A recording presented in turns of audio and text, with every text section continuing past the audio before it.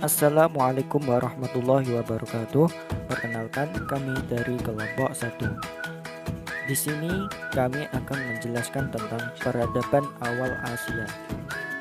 Apa sih peradaban awal Asia itu? Berikut adalah rumusan masalah. Yang pertama, bagaimana peradaban awal Cina? Yang kedua, bagaimana peradaban awal Indus? Yang ketiga, bagaimana peradaban awal Mesopotamia? Mari simak video berikut.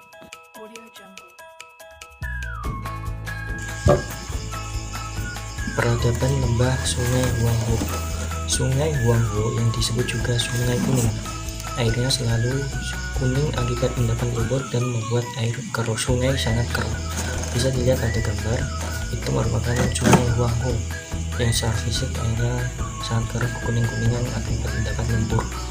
Sungai Huanghe ini merupakan peradaban awal Cina.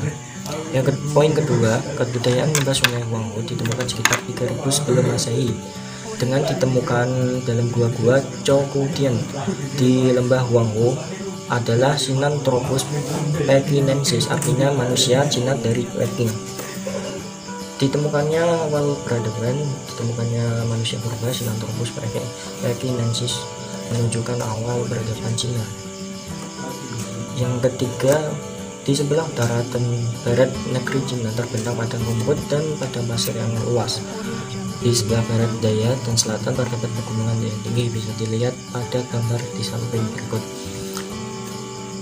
Di sebelah barat daya dan selatan terdapat pegunungan yang menjulang, bisa dilihat, dan juga sebelah utara dan barat negeri Cina terbentang padang rumput dan padang pasir yang luas. Kemudian hasil kebudayaan peradaban awal Cina, yaitu aksara dan astronomi. Masyarakat Cina sudah mengenal tulisan gambar dan mempunyai bahasa persatuan, yaitu bahasa Kuo-yu. Selain itu sudah mengenal astronomi atau ilmu perbintangan, yaitu sistem penanggalan yang penting untuk kegiatan pertanian dan pelayaran pada waktu itu.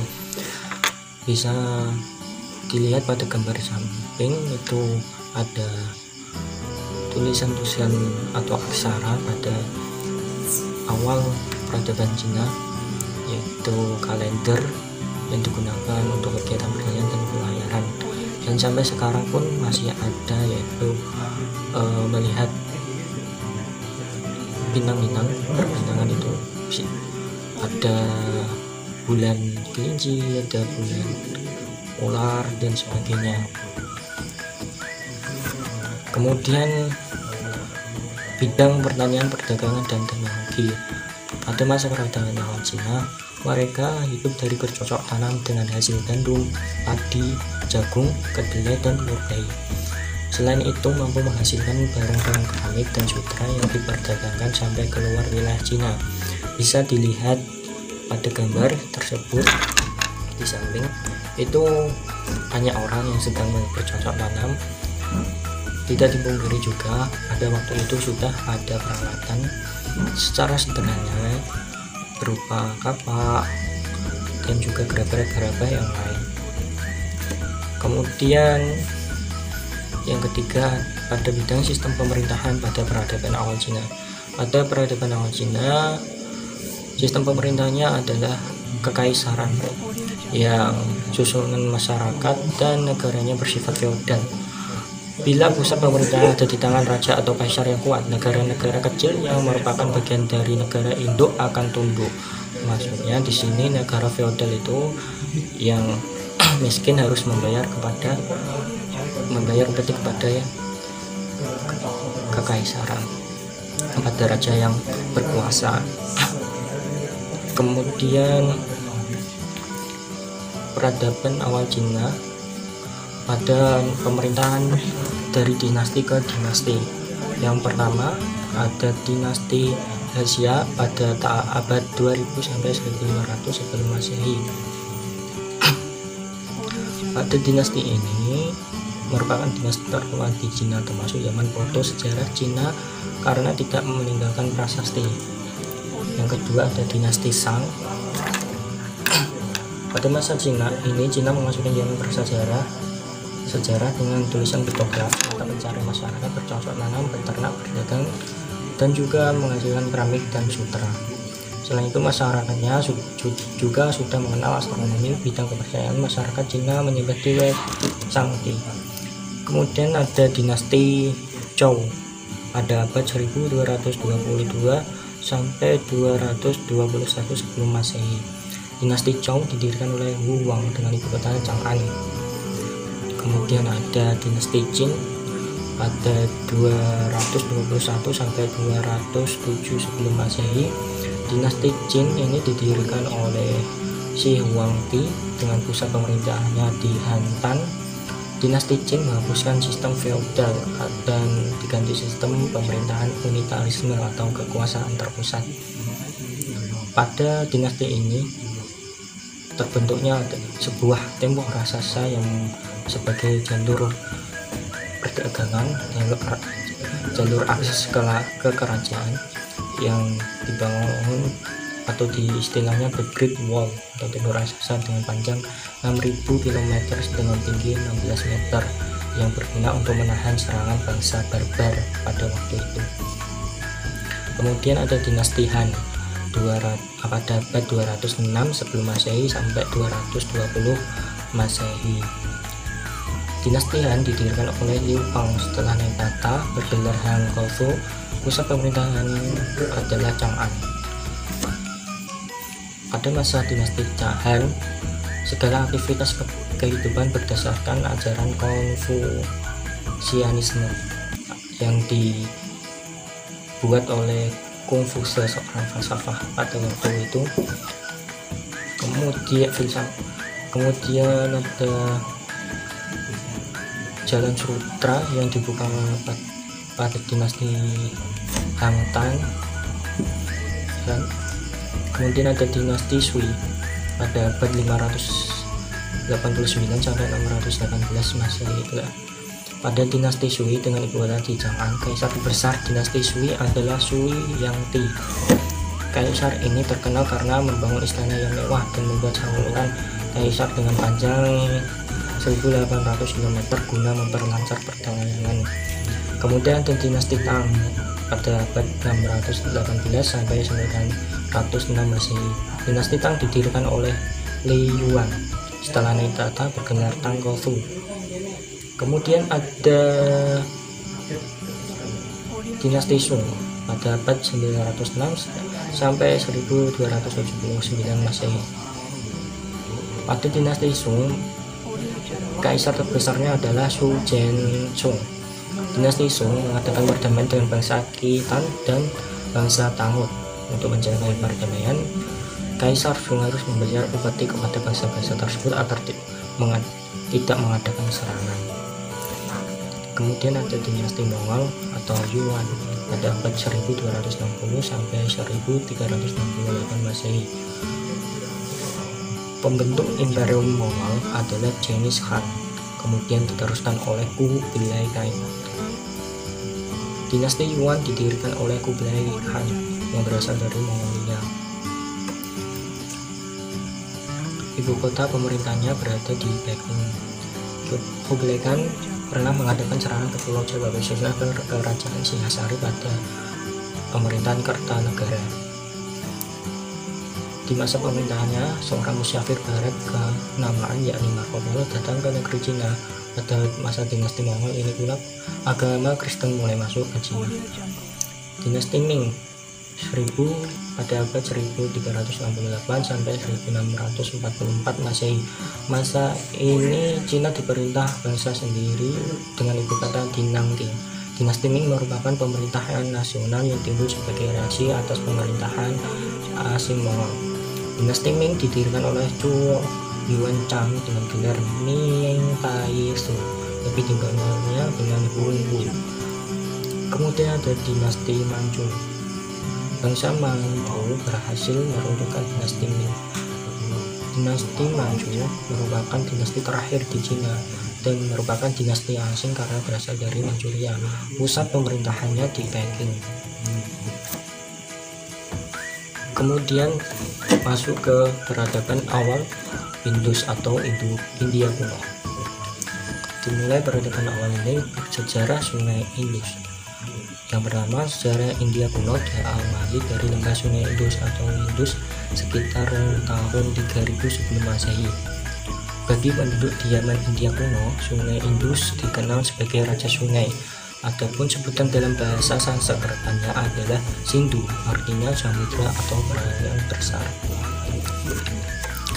Kemudian yang kedua, Sungai Indus atau Indus merupakan pusat kebudayaan tertua di India.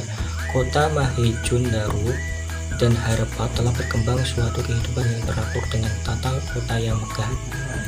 Pada peradaban awal Indus atau India kuno, kota Mohenjo-daro dan Harappa merupakan titik awal peradaban Indus atau India kuno. Di sana terdapat kehidupan yang teratur dan sudah tata kotanya sudah megah. Bisa dilihat pada gambar di samping yang merupakan ada tempat pemandian yang sangat besar. Yang ketiga, bangsa yang pertama kali membangun peradaban Mohenjo-daro dan Harappa diperkirakan adalah bangsa Dravida dengan ciri-ciri bibir tebal, kulit hitam, hidung pesek, berbadan tegap, dan rambut ikal. Kemudian ada sistem pemerintahan pada peradaban awal Indus atau India kuno.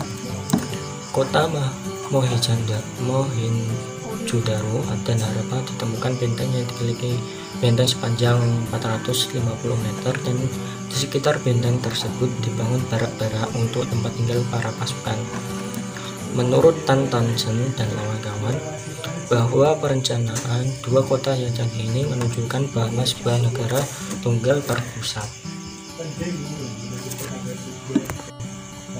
Kemudian sistem perekonomian pada peradaban awal Indus.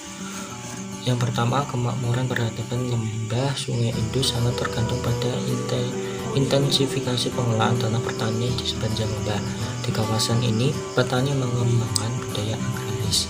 Jadi sepenuhnya pada waktu bidang di ekonomi di peradaban awal Indus ini adalah bercocok tanam, baik pertanian maupun perkebunan.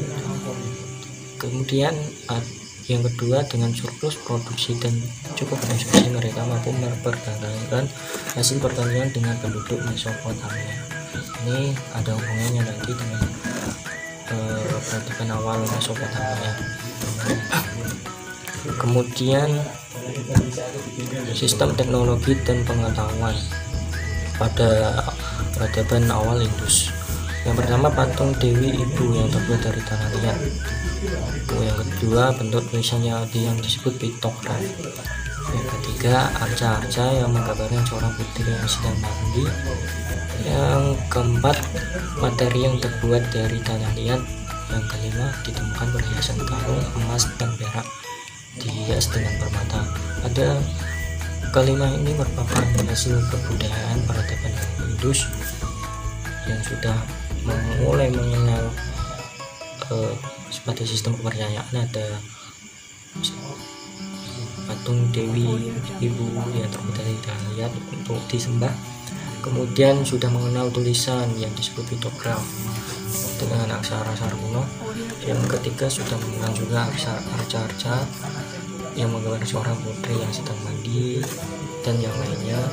Kemudian materi yang terbuat dari tanah liat, bisa dilihat gambar berikut ini. Ini merupakan hasil peninggalan hasil kebudayaan peradaban awal Indus.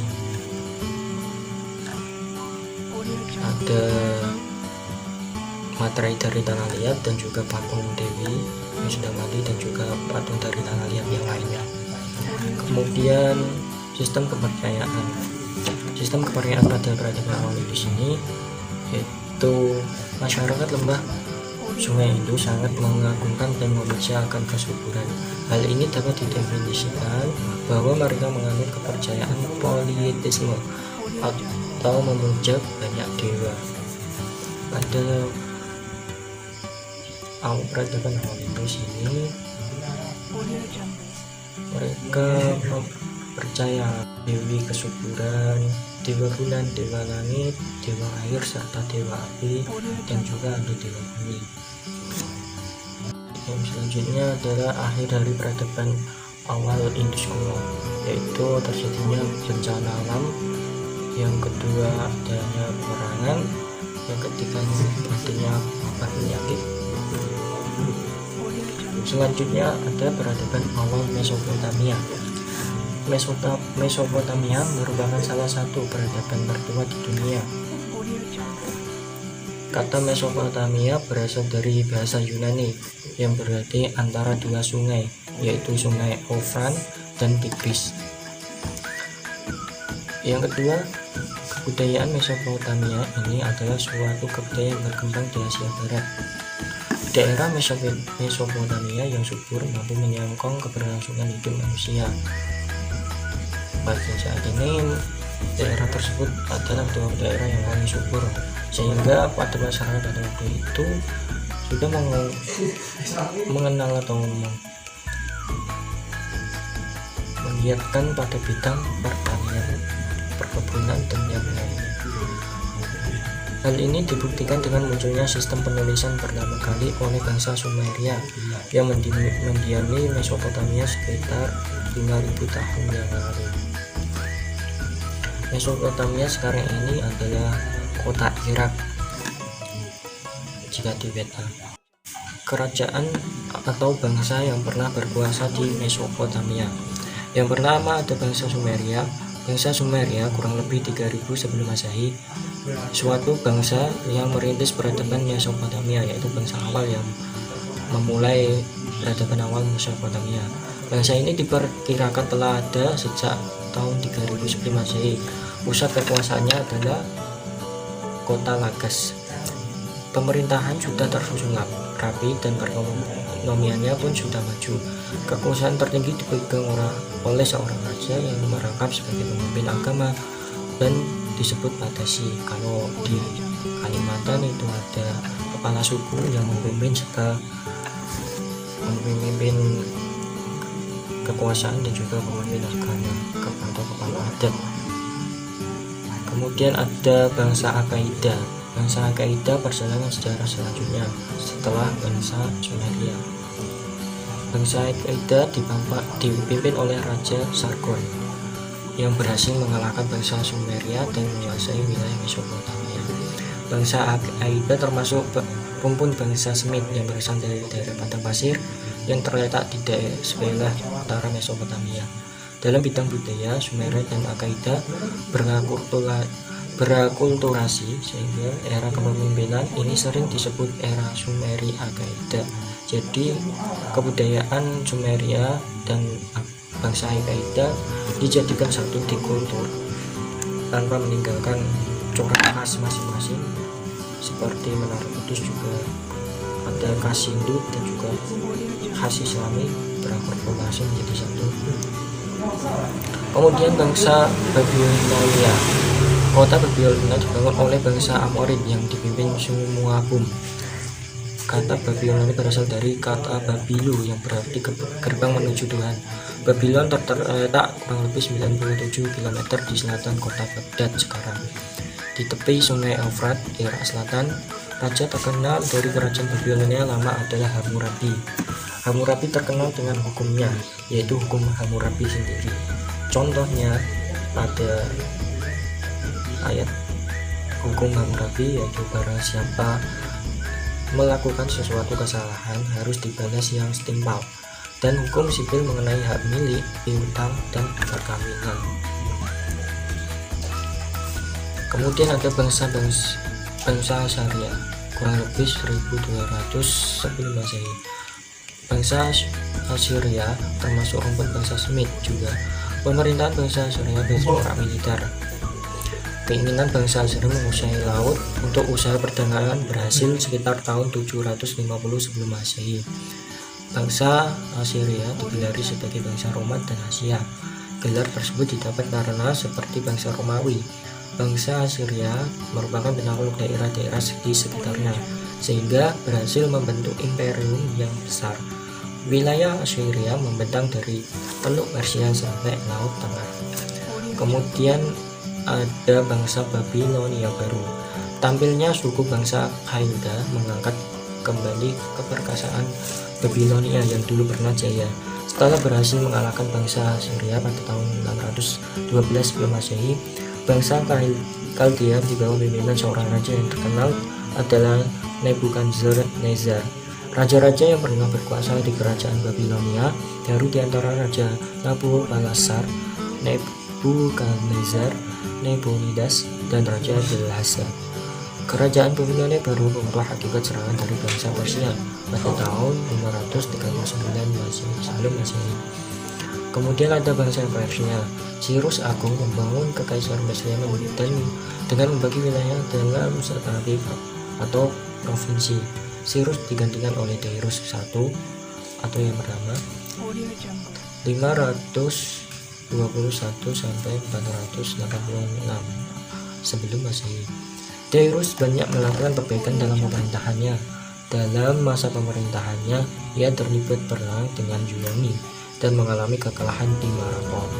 Yunani pada 490 sebelum Masehi, kekuasaan Persia atas Babilonia runtuh di bawah pemerintahan Darius II pada abad 336 sampai 330 sebelum Masehi. Bidang budaya pada peradaban awal Mesopotamia.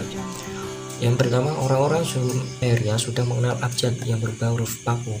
Bisa dilihat pada gambar yang di samping itu berupa huruf aksara Paku yang terukir pada tanah liat atau batu. Yang kedua, tradisi kesusastraan epik Gilgamesh atau yang tradisi epik Gilgamesh, kisah falsafah dan cara hidup masyarakat Mesopotamia pada masa itu. Yang ketiga, tentang kepahlawanan Gilgamesh. Ada sifat 2/3 Tuhan, 1/3 manusia. Seseorang yang dijuluki 2/3 Tuhan dan 1/3-nya manusia. Yang keempat, orang-orang Sumeria sudah mengenal sistem penanggalan atau sistem kalender seperti halnya peradaban awal Cina. Bisa dilihat pada gambar tersebut ada sebuah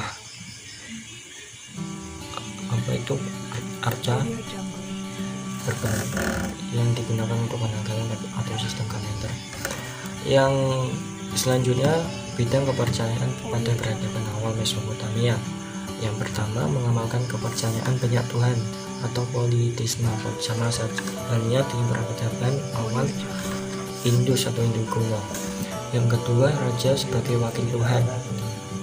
Yang ketiga, pendeta kutai, ketua upacara agama di zigurat. Yang keempat, tidak percaya kehidupan selepas mati, tetapi hanya jatuh ke dalam gua yang penuh debu. Yang kelima, pemerintahannya oleh Tuhan atau wakil Tuhan. Jadi pemerintahnya menganggap raja itu sebagai wakil Tuhan. Yang keenam, berasaskan hukum agama dan bersifat ketuhanan. Kemudian bidang pemerintahan pada awal Mesopotamia, peradaban Mesopotamia. Raja Hammurabi telah memperkenalkan sistem hukuman dan kehidupan masyarakat yang peraturannya didasarkan atas nilai-nilai tradisional. Pada yang kedua, hukum tersebut berupa prasasti bantu yang telah saya tunjukkan pada gambar tadi. Hukuman adalah setimpal dengan kesalahan. Hukuman juga berbeda mengikuti susunan lapisan masyarakat. Apa yang di sini, hukuman sangat ketat. Apa yang diperbuat akan dibalas dengan yang dibuat itu, kesalahan yang dibuat. Kemudian bidang kesenian pada peradaban awal Mesopotamia. Peninggalan bangsa Sumeria yang antara lain berupa lukisan-lukisan para penguasa yang terlukis dalam peta, kuil-kuil maupun dalam gundukan-gundukan tanah yang tertutup oleh benda-benda yang tidak berharga. Yang kedua, kemampuan mengolah logam. Dari pengolahan logam dihasilkan cermin, tongkat-tongkat, kapak, dan perlengkapan senjata lainnya. Yang ketiga, mereka juga pandai membuat pakaian lenan perkakas dari tembikar dan tembaga serta perhiasan dari emas. Sekian dari video kami, selamat menonton.